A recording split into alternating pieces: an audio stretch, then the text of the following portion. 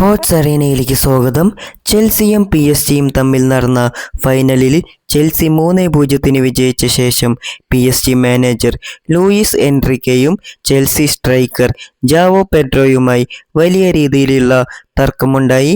റിപ്പോർട്ടുകളും വീഡിയോ ദൃശ്യങ്ങളും അനുസരിച്ച് ചെൽസി കളിക്കാർ വിജയം ആഘോഷിക്കുമ്പോൾ ജാവോ പെഡ്രോയും PSG ഗോൾ കീപ്പറായ ജിയാൻ ലിയൂജി ഡൊന്നരുമയും തമ്മിൽ അടിയിൽ കലാശിക്കുകയും ഇതിന് പിന്നാലെ ലൂയിസ് എൻറിക്കെ ഇടപെടുകയും ജാവോയുടെ കരുത്തിൽ പിടിച്ച് നിലത്തേക്ക് തള്ളിയിടുകയുമാണ് ചെയ്തിരിക്കുന്നത്.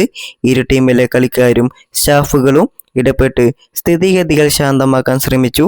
ഈ സംഭവം മത്സരം അവസാനിച്ചതിന് ശേഷമായിരുന്നു നടന്നത്. ചെൽസിയേക്കാൾ വിജയസാധ്യത കൽപ്പിച്ചിരുന്നത് PSG-ക്കായിരുന്നു. ഫൈനലിലെ 3-0 കനത്ത തോൽവി അവരെ നിരാശപ്പെടുത്തിയിരിക്കാം. മത്സരത്തിലെ 85-ാം മിനിറ്റിൽ PSG-യുടെ ജാവോ നവാസിനെ ചെൽസി താരം മാർക്ക് കുക്കറെല്ലയുടെ മുടി പിടിച്ചതിന് ചുവപ്പ് കാർഡ് നൽകിയിരുന്നു.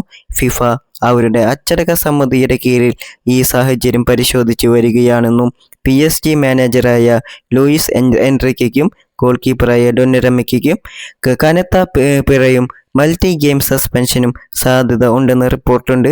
നിലവിലെ റിപ്പോർട്ട് അനുസരിച്ച് ലൂയിസ് എൻറിക്കെയോ ജാവോ പെഡ്രോയോ ഈ സംഭവത്തെക്കുറിച്ച് പരസ്യമായി പ്രതികരിച്ചിട്ടില്ല. വീഡിയോ അവസാനിക്കുന്നു. ഇഷ്ടമായാൽ ചാനൽ സബ്സ്ക്രൈബ് ചെയ്യുന്നത് പരിഗണിക്കുക.